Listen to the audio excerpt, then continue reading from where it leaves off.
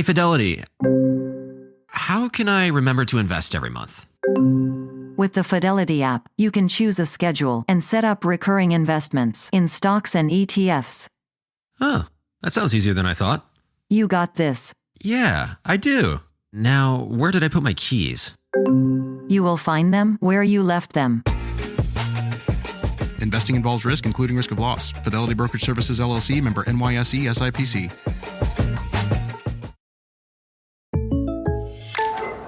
Let's say your small business has a problem, like maybe one of your doggy daycare customers had an accident. You might say something like, "Doggone it! Hi, Chihuahua!" Holy schnauzers! but if you need someone who can actually help, just say, Like a good neighbor, State Farm is there. and get help filing a claim from your local State Farm agent. For your small business insurance needs, like a good neighbor, State Farm is there.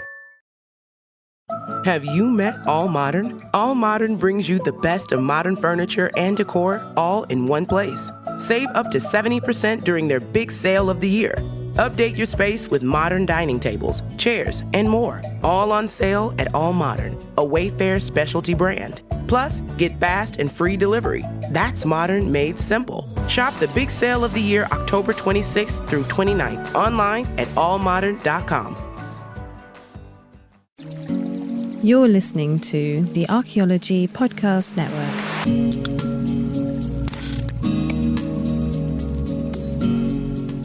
Welcome to Heritage Voices, episode 101.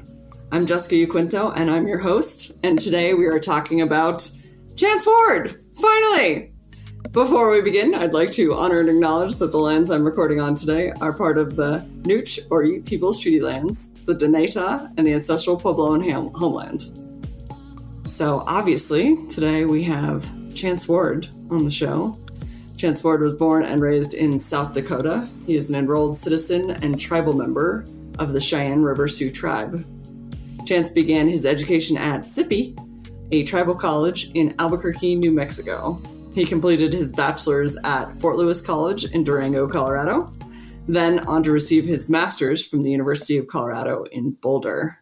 He has worked in the Southern Ute TIPO office and done many seasons of CRM archaeology work in the Four Corners area. He is now in the role of NAGPRA coordinator at History Colorado in Denver, indigenizing from within. So welcome back to the show, Chance. Yeah, thank you for having me back on again. Excited to do a one-on-one show. Yeah, so excited. So for anyone that hasn't heard the previous episodes, Chance was on episode 79, which was about the NAGPRA INSTEP program. And then also on episode 92, which was about the 2024 NAGPRA regulation changes.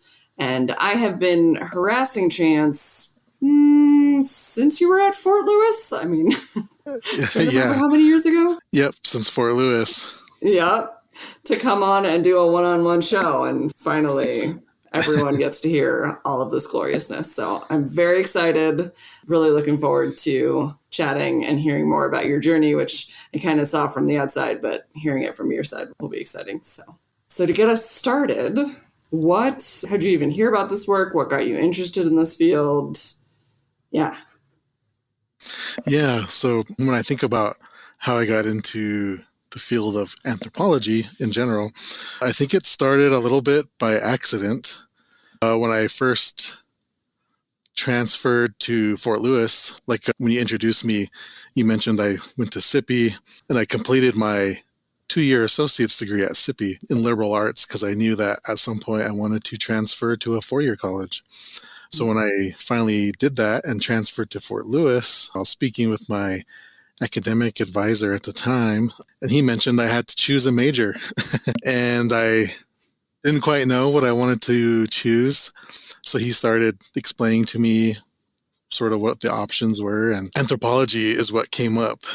And I originally chose cultural anthropology. So I started taking ethnography classes. I knew that I wanted to work sort of around languages or Lakota language, oral histories, getting to work with interviews, whether it was talking to community members and elders. And that's what I was hoping to do. But I think after taking other anthropology classes, I took Intro to Archaeology, and I ended up taking a museum and heritage class with a professor that had a big influence on the work that I do, Dr. Kathy Feindair. Who's the best? Influenced me very much, showed me things I didn't know existed, and I ended up changing my major to focus on archaeology. I think learning the issues with things like representation in archaeology, not having a lot of Native people, and also in her class I learned what NAGPRA was. So I ended up joining a CRM firm out of Cortez after graduation. And that's kind of how I ended up in the archaeology path. Do you remember anything else about, like, when you were in school learning about anthropology, any like moments that really stood out to you during that period? Yeah, I think being at Fort Lewis in Durango in general, I never lived in Colorado before, coming from Albuquerque, and all of a sudden I was at this very pretty college campus, right at the mountains, having access to the outdoors, fishing, hiking, camping, all those types of things. So I think having a lot of Native students, I know it's kind of billed as a not Native serving institution, but it very much is. And I think when I was there, the student population, Native students, I think was about 30 to 40%. And I know after I left, it was in that 40 range, kind of getting close to the 50. So it was real easy to find community, right? Because it was a lot of Native students that were already there. Built a lot of good connections, a lot of good friends that I keep in touch with, a lot of them today.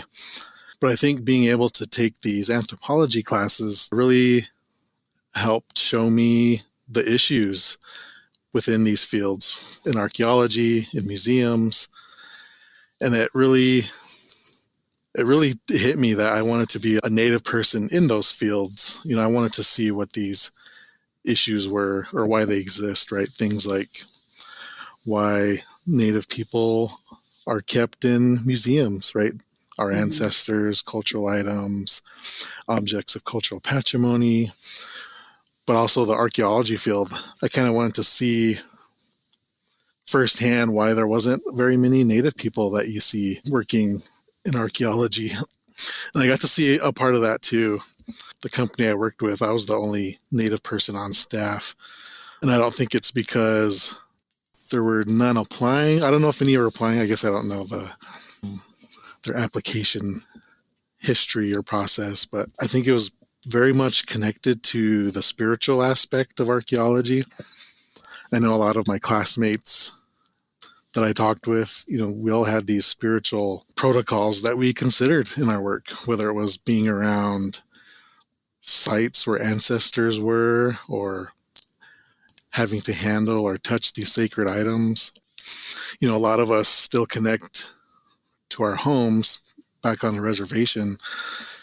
Parents always say things like not to be around these spiritually live places, and the thought of having to have ceremony to kind of balance it out always came up too. And for me, my home was in the middle of South Dakota, and if I wanted to go to a ceremony at home, it was a pretty long drive. It was about a 16-hour drive just to get home. So it's definitely not a one-day trip, or it's definitely multiple days. So I think being in these anthropology classes, really kind of showed me these different views of museums, archaeology, even with ethnography, oral stories, and things like that. Yeah. So are you feeling like that there wasn't, or that there's not, like in CRM in general, I don't want to call out necessarily this one company, but like space for those protocols, or like, because it seemed like you were kind of saying that maybe that was part of like why there were fewer Indigenous people in CRM archaeology. So just wondering if you could like tie that together. Yeah. No, I think when I think about my own experiences growing up on my reservation, a lot of the Native students are sort of guided towards fields that make a lot of money, which is usually something like engineering, right? And I'm using strictly my own experience on this for this answer. But for me growing up, I didn't know things like NAGPRA even existed. I didn't know we had a TIPO office. I didn't know we did our own archaeology. I didn't know what Section 106 was. I didn't know any of those things growing up. And I think that's part of the reason, at least for my generation, is that we weren't aware of those things. We didn't even know it was a career option. So I think once we get a little bit older, once we hit our 20s and 30s, for me, especially, hitting my 20s, starting to get some education, going to college, especially taking these anthropology classes at Fort Lewis, that really showed me that my tribe has a TIPO office and a TIPO officer working there, that we do our own tribal archaeology. We, do Section 106. We consult with museums on NAGPRA issues and all these things that I didn't know existed were always there. They just weren't. I don't know if they weren't available to the public, or I don't know what the issue was. And that's sort of part of another project that I'm working on to kind of address this issue outside of work. Is I'm going to help create a youth workbook that addresses all of these issues. And I hope it's something that my plan is to have it published by end of 2026, but it's going to be a youth workbook to talk about exactly what these issues are, exactly what NAGPRA is, exactly what TIPO work is, what Native people doing our own archaeology is. And I'm working on that through a cohort that I'm involved with that's out of Minnesota. But I don't remember where I got this reference from, but I always use it. I always say that Native people don't have that Indiana Jones moment where we see him on screen doing all these things, and there's no moment where we say, I'm going to do that, which a lot of, non-Native people tend to bring up or reference when they talk about how they got influenced to go into archaeology. Being able to help spread that education or awareness to other Native people, Native students, youth, why it's important for us to be involved in these areas, even as careers, are important. I hope that I can influence this younger generation. Hopefully I can lead by example. I'm not real big on telling people they should do this or do that, but hopefully I can lead by example. And I hope my siblings, my brother and sister, they still live on the reservation so I hope they see me doing things, and if I can have any good influence on them, that they see that they can do anything they want. Yeah, well, you'll definitely have to let us know when this comes out, and hopefully we can add it to the show notes at that point so people can share it as a reference, because it sounds like it would be really useful for people. So. Yeah, and I guess it's no secret, but I'm part of a program through the Native Governance Center, which is out of Minneapolis. So I'm in cohort 14 of the Native Nation Rebuilder Group. And you have to live in or be from tribes that are from North Dakota, South Dakota, and Minnesota. And it's a 2-year program. And the final end product is a community action plan that you're eventually going to present to your tribe or tribal council. And best case scenario, you implement it somehow with your tribe. And mine is this book. It's a youth workbook. I don't have any official name for it or anything yet, but it's a workbook that talks about what archaeology is and who it belongs to and who are the people that were in this area where we currently live and what are some of the things they left behind. There's a section on plant knowledge. There's a section on language. There's word puzzles, crossword, matching. So it's really targeting the more maybe 4th grade level students. And, one of the things about it is I get to bring in maybe a local artist who can help illustrate some of these things. Maybe somebody that's more of a language expert than I am that can translate some of these words into Lakota. So that's fun. It's kind of part of me engaging with my community, staying connected, and hopefully it can branch out to other areas, other tribes. So it's really fun. I use the word fun a lot, but when I mean fun, I think it's fun to be involved with so much work, so much things like this that, benefit, my tribe, but also other tribes, other Native people. So it's very fulfilling to be able to be part of this work. Such a blessing to be part of these. Yeah, I was going to say, you should, when it's all done, you should send it out to NAGPRA or something. I feel like so many TIPOs would love to have something like that they can, share in their community schools and things like that. Yeah. That's awesome. All right. Well, on that note, we're already at our first break point. Ready? Yeah, I know. Every single time. It's like you tell people 15 to 20 minutes and it sounds like a really long time, but my God, does it go fast. One question. I mean, that's pretty normal. But, all right. So we will be right back here in a second. Okay.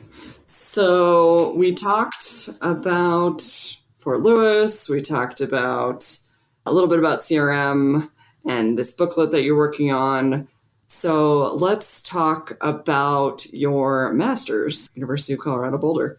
So when did you start thinking I should maybe go get a master's? What brought that about? Yeah, that actually came up during our while working in CRM. I think after a couple of years of camping, doing survey, a couple excavations, I started to help and try to learn with writing site reports with, our crew leader, crew chief named Ryan. And he was showing me Shout out to Ryan. Yep, shout out to Ryan. And he was showing me how to write reports, things to consider, things to write. And once the report was done, I think it kind of showed me I don't really know where this goes or how it makes a difference. So I think it really made me think about, is this something I want to do for the next 5 years, 10 years? But also, what do I need to do to be in a different position to really make more of an impact? So I started to sort of reach out to other Native people in the similar work who also had, master's degrees, just to kind of get their advice. What do they think I should do? Or if I wanted to be more impactful in the work I do, what do I need to do? And the common answer was sort of, you should get a master's degree because that will open up more doors for you and might open one to what you're looking for. And that's kind of where I decided, okay, I think I should try and get a master's. I should apply somewhere. So I applied a few places and I ended up going to University of Colorado in Boulder. But actually it was in their museum studies program as opposed to staying focused on just archaeology. And where did that switch come from? I think it was more of a long-term decision. I started to think about, am I going to be doing survey in my 30s, in my 40s? What do I do when I hit 50? Am I still going to be doing this? So I think making that change from archaeology to museum studies seemed a little bit more of thinking long-term. Yeah. I wanted to be able to do impactful work. And I thought in the museum, working with collections, we get the collections that comes from archaeology and excavations anyway, even through, legacy collections, field schools. And if I can work on those and try to make a impact while being in an air-conditioned museum in the summer, that would be great. Versus sweating, doing survey, which I enjoyed. Getting chased by bees. Yeah, getting chased by bees, because I decided to break a log open, which I still blame Amanda, but Shout out to Amanda. shout out to Amanda. We did get charged by a mother bear who just wanted us out of her area. We were trying to take pictures of the cute babies in the tree and be on our way, but she comes charging up behind us.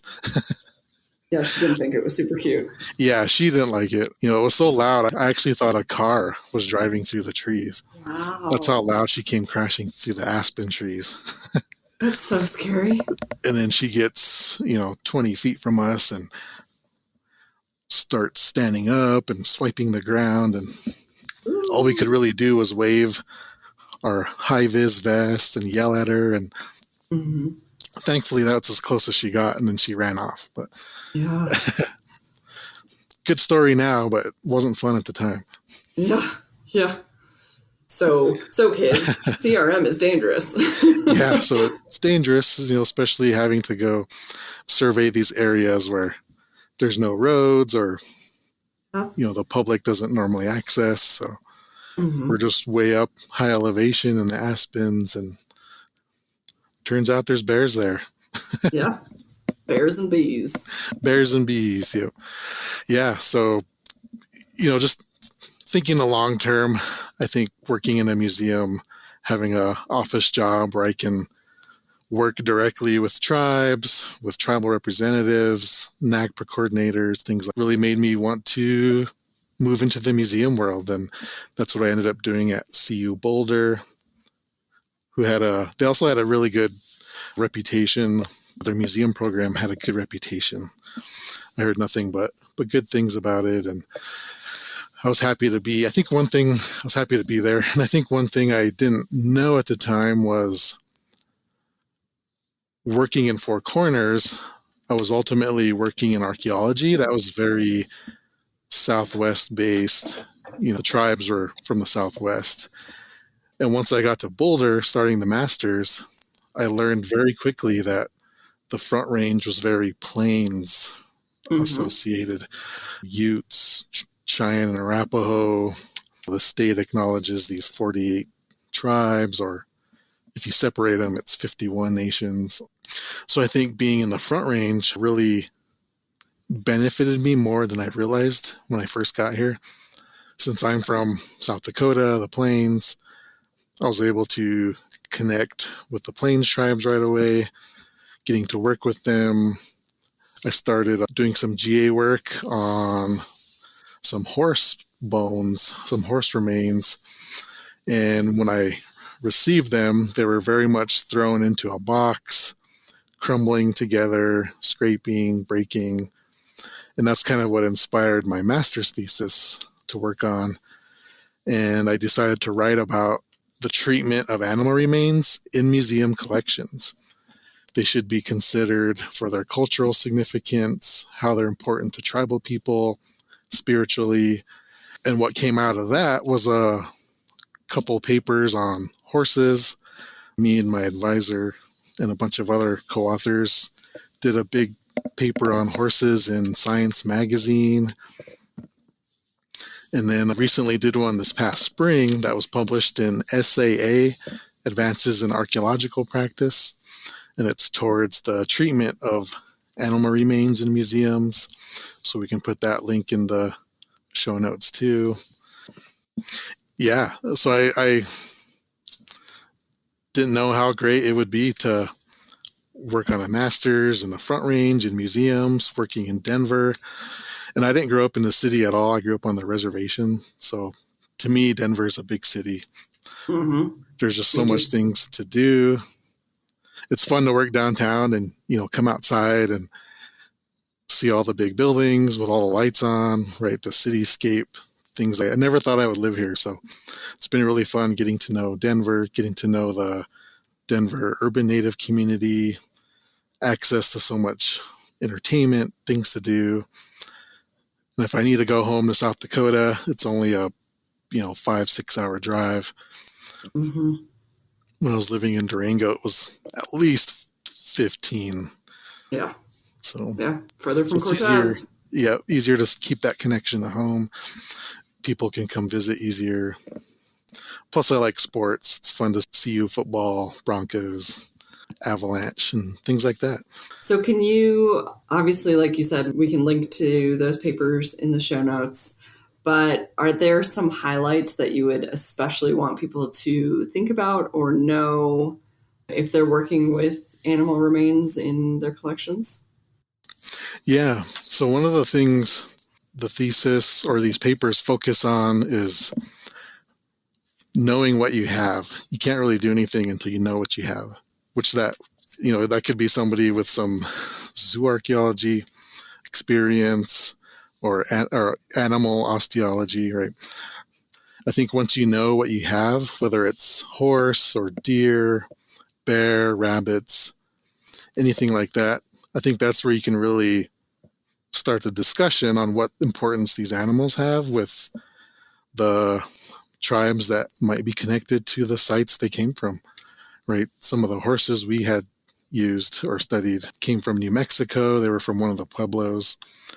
So we're able to talk to them directly about the importance of horses and domestication, and if it had any relation to, like, for example, maybe the Pueblo Revolt, right? Something like that.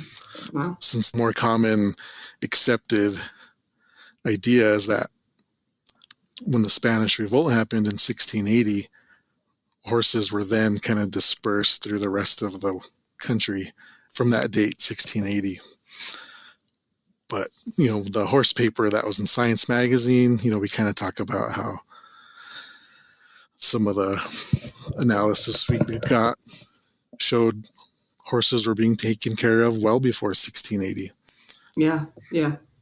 So it's Which not tracks. just, It it tracks with what elders say. Whether it's through arthritis in the bones, right, to show they were being ridden, or analyzing teeth. He shows that they were being fed corn in the winter, for example, that somebody was actually there taking care of them. So, yeah, that's super cool.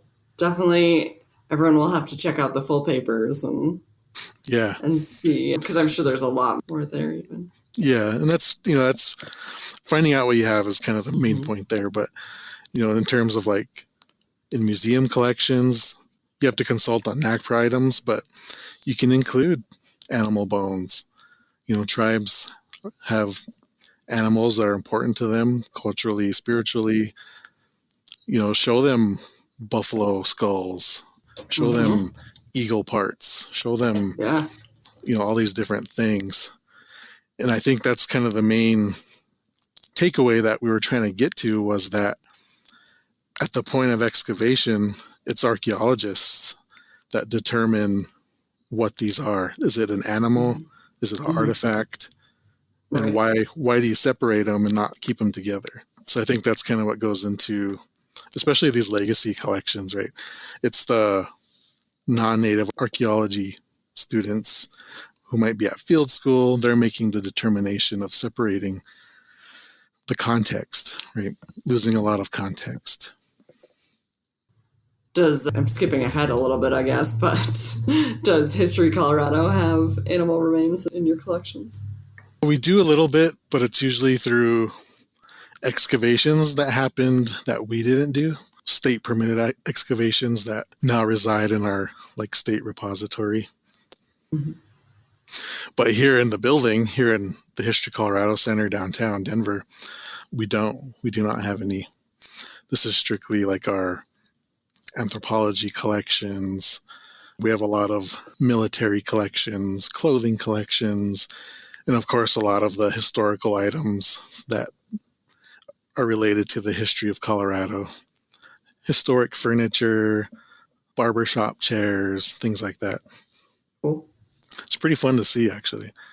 There's a whole row or aisle of dolls that face downward. So when you open the aisle and look down it, you just see all these little dolls all face down, and it's pretty scary if you think about it, especially if you're in there by yourself. And it's such a long, because it takes up our whole fourth floor. So from one end to the other end is pretty far. And if you're in there by yourself, your mind kind of wanders towards, oh, what if the dolls come alive, or their eyes open, and but it's a fun place to work. It's very fun to work in a museum. Okay, I gotta clarify. Is it dolls across the whole thing? No, in just one row, one aisle. Okay, I was like, oh my God, that's a lot of dolls. Well, okay, we're already at our second break point, but I do want to talk more, obviously, about your current role when we get back, because I'm sure that there's a lot more that you do at History Colorado than just pass by creepy dolls. So, oh, yeah, for sure. Definitely. So we will be right back here in a moment. So to start us off for this third segment, can you tell us what you are doing now at History Colorado? Yeah.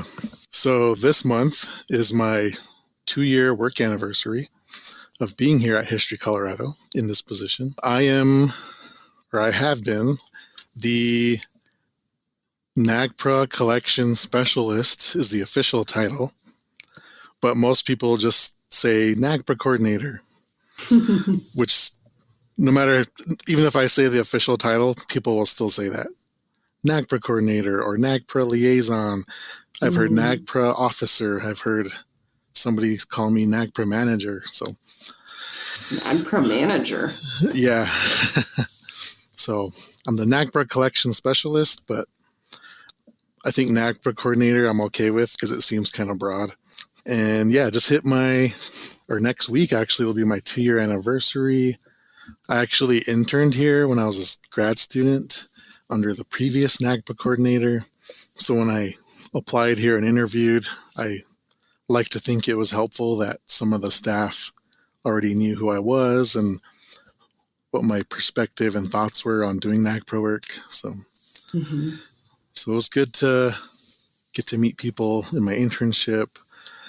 And I'm still excited and happy to be working here.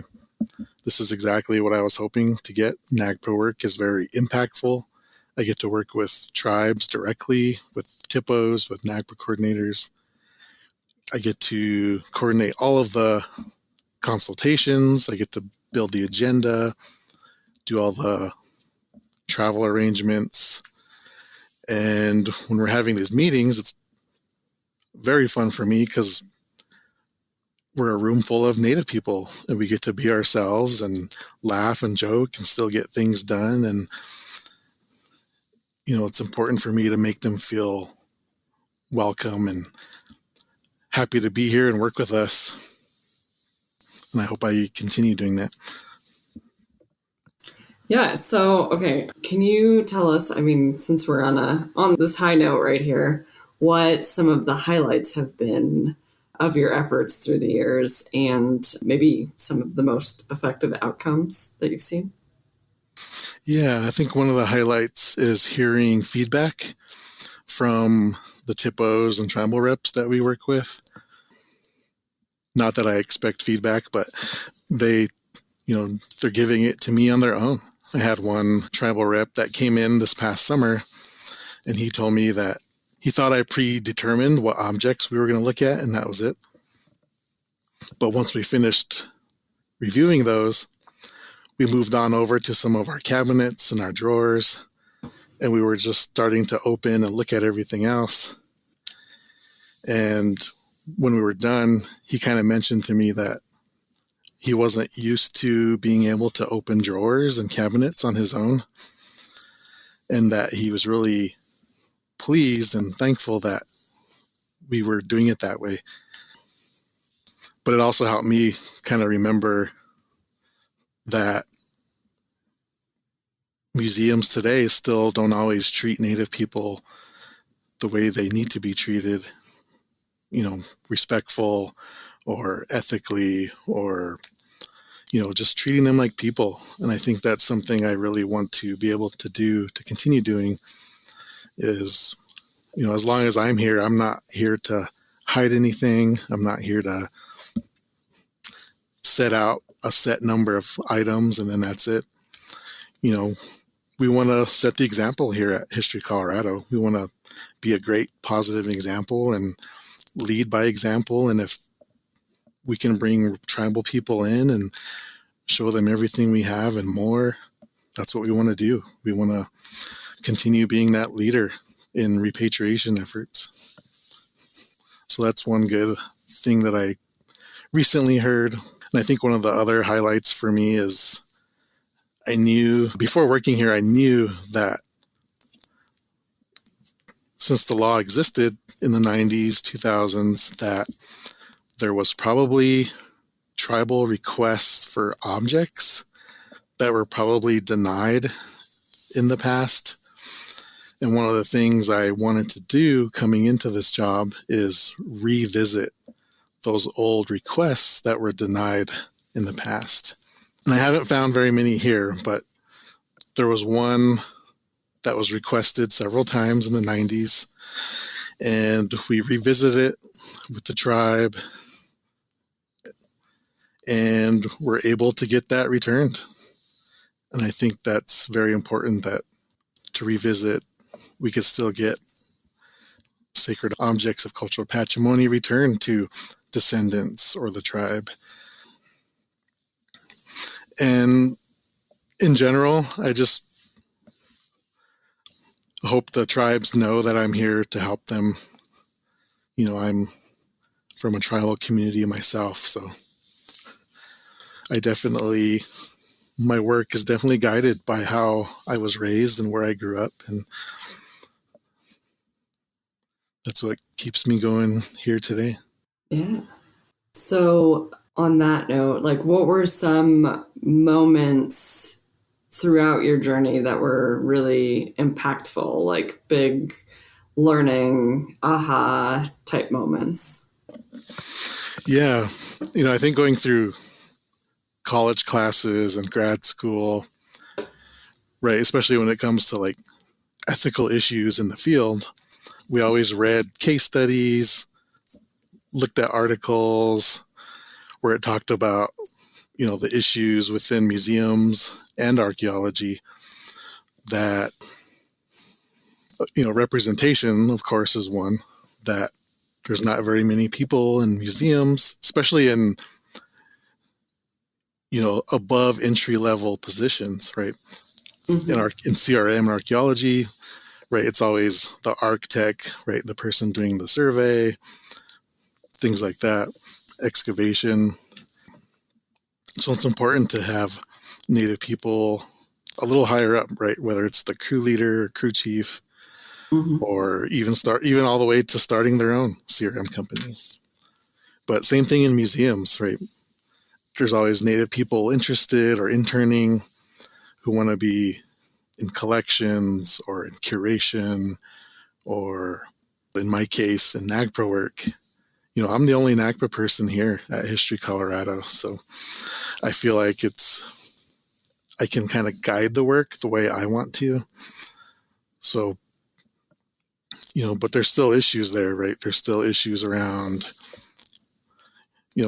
not just NAGPRA, but outside, exhibits, working with educational programming, outreach, that there's still an issue of these museums, these institutions that still have trouble talking to Native people, talking to tribes. I see it in not just here at History Colorado, but even smaller museums outside, places I've worked and interned. There's always that issue of being afraid to talk to tribes. Mm-hmm. So I think it's just kind of getting over the fear of getting in trouble or being yelled at and not taking it so personal, mm-hmm. right? It's still work that needs to happen, work that needs to get done. So I think it's one thing learning about it, reading about it, but when you actually see it happening, it's kind of a reminder that, I'm one of very few in this field, and it still happens out there. So I hope that I can either guide or influence that it's not scary to do this work. Tribes aren't scary. They're not singling anybody out, right? Historically, if anyone has a right to be mad, it's the tribes. Yeah, so I mean, okay, kind of going with that flow right there of what you're talking about. If you could give, just a couple pieces of advice for people that are working with tribes or want to work with tribes or other associated communities, what kind of advice would you give? Yeah, I think it goes to the not taking it personally. I always get emails about who do we reach out to if we want to consult. I think people are comfortable asking me because I'm the NAGPRA person for History Colorado.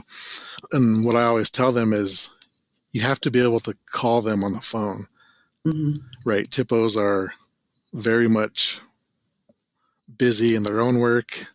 Some are understaffed, underfunded, and there's not always a person there that's going to look through all the emails one by one. And it's more effective and efficient to just make a phone call, say who you are, say what you want, and they'll talk to you. Sure, they might get upset and mad, not at you as a person, it's at your field, at your institution as a whole. Right. And society as a whole. Yeah, it's society as a whole. Yeah. And, Native people are people, right? It's real easy to talk to them. And I think that's something that I notice when I'm working with people is, especially when they come from different cultural backgrounds. You see somebody, laughing and joking with their coworker who might share a culture or background connection. But when they turn that discussion towards the Native person, it's completely different. So it's like, well, I saw you laughing and joking with them. What changed so you won't do that with the Native people? So I think just, treating them like people, like human beings.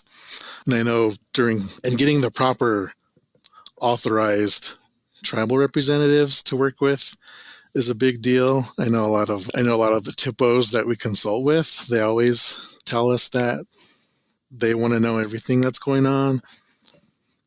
Even if they're not directly involved, they still want to know what's going on because that's their job as TIPO, is to be in charge of the culture, language, NAGPRA, archaeology, museum work, right? Even if it's not them directly working, you want the official authorized representatives. Yeah. So absolutely. At best case scenario, the TIPO might designate somebody to work with them, to work with you. Or council. Yep, exactly. Yeah. So even though there's tribal members everywhere, working, living in the cities, and even though they're a tribal member, they may not have the authority of the council to speak on behalf of the tribe. So I think making sure you're working with the right people too is important. Yeah, not just grabbing your favorite, Navajo person and expecting them to speak for a giant nation. Yeah. And they might be knowledgeable and experienced and have everything to say, but they got to be authorized by council or TIPO. Yeah. And who knows, the TIPO might say, yes, work with that person. So, that's the easy way to get your answer there is by talking and asking. Yes. Which turns out doesn't happen as well as it should. Yeah. Or as often as it should. Yeah.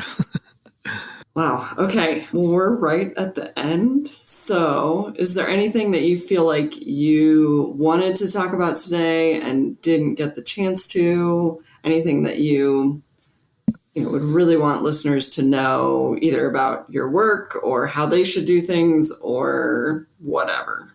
No, I think that was a pretty good discussion and good topics, because we talked a little bit about me and my background and experience, talked about my role here and, things that worked effectively, talking with TIPOs. No, nothing I can really think of at the moment.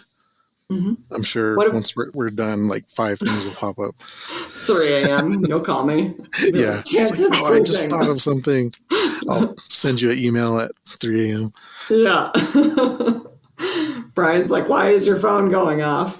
But, well, how about this? Is there anything that you're like looking forward to or excited about coming up that you guys are working on in your role, or, future stuff beyond that?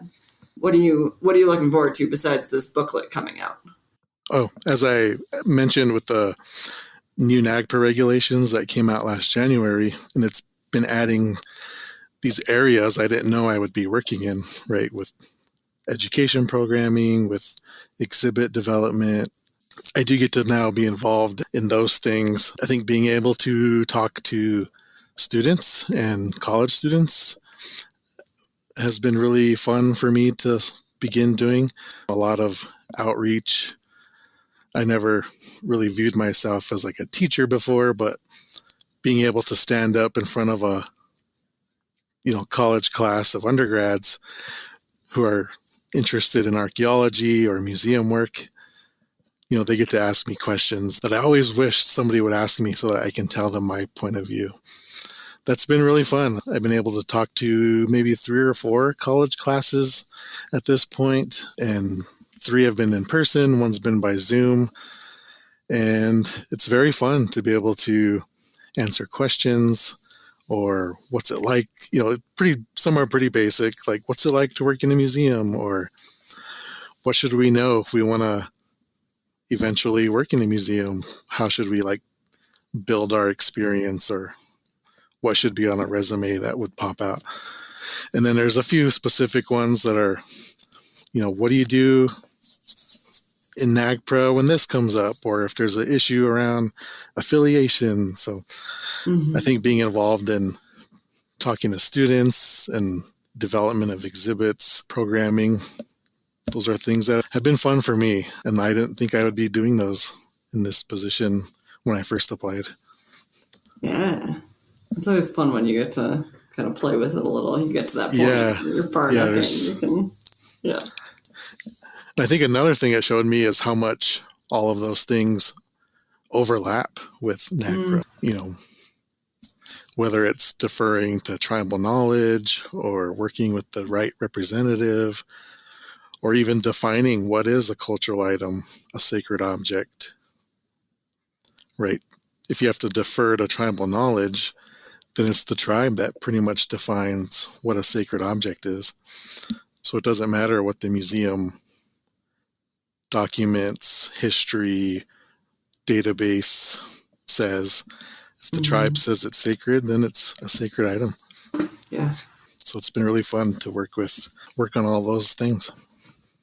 Well, I look forward to hearing about all the exciting things that you're up to. And yeah, hopefully we can get you on some more episodes in the future again. And looking forward to seeing this booklet when it comes out. So thank you again for coming on and taking the time to come on one-on-one. And yeah, look forward to hopefully seeing you in person again sometime soon, maybe at Pecos next year. Yeah, if it's in Colorado, I would definitely go again. Hopefully somewhere in the mountains or the pine forest. It's always fun to camp in those areas. My neck of the woods. Yep. I know I haven't been in Durango in the last 4 years. Have you really? Wow. Yeah. Dang. I left for CU Boulder and haven't been there since. Wow. Even when you were here in Cortez? Like when we got dinner? Yeah. I just drove through and went straight back to Denver. Was it 160? Yeah, 160. Yep. Huh. Well, I feel special then. Just drove through that little stop sign or stoplight and continued on towards Bayfield. Wow. Okay. All right. Well, on that note, thank you again. Yeah, it was fun. Thank you for inviting me again. Anytime. You're always welcome. Thanks for listening to the Heritage Voices podcast. You can find show notes at www.archaeologypodcastnetwork.com/heritagevoices. Please Please subscribe to the show on iTunes, Stitcher, or the Google Play Music Store. Also, please share with your friends or write us a review. Sharing and reviewing helps more people find the show and gets the perspectives of Heritage Voices' amazing guests out there into the world. Don't we just need more of that in anthropology and land management? If you have any more questions, comments, or show suggestions, please reach out to me at jessica@livingheritageanthropology.org. If you'd like to volunteer to be on the show as a guest or even a co-host, reach out to me as well, jessica@livingheritageanthropology.org. You can also follow more of what I'm doing on Facebook at Living Heritage Anthropology and the nonprofit Living Heritage Research Council, or on Twitter at Living Heritage A. As always, huge thank you to Lyle Belenkwa and Jason Nez for their collaboration on our incredible logo.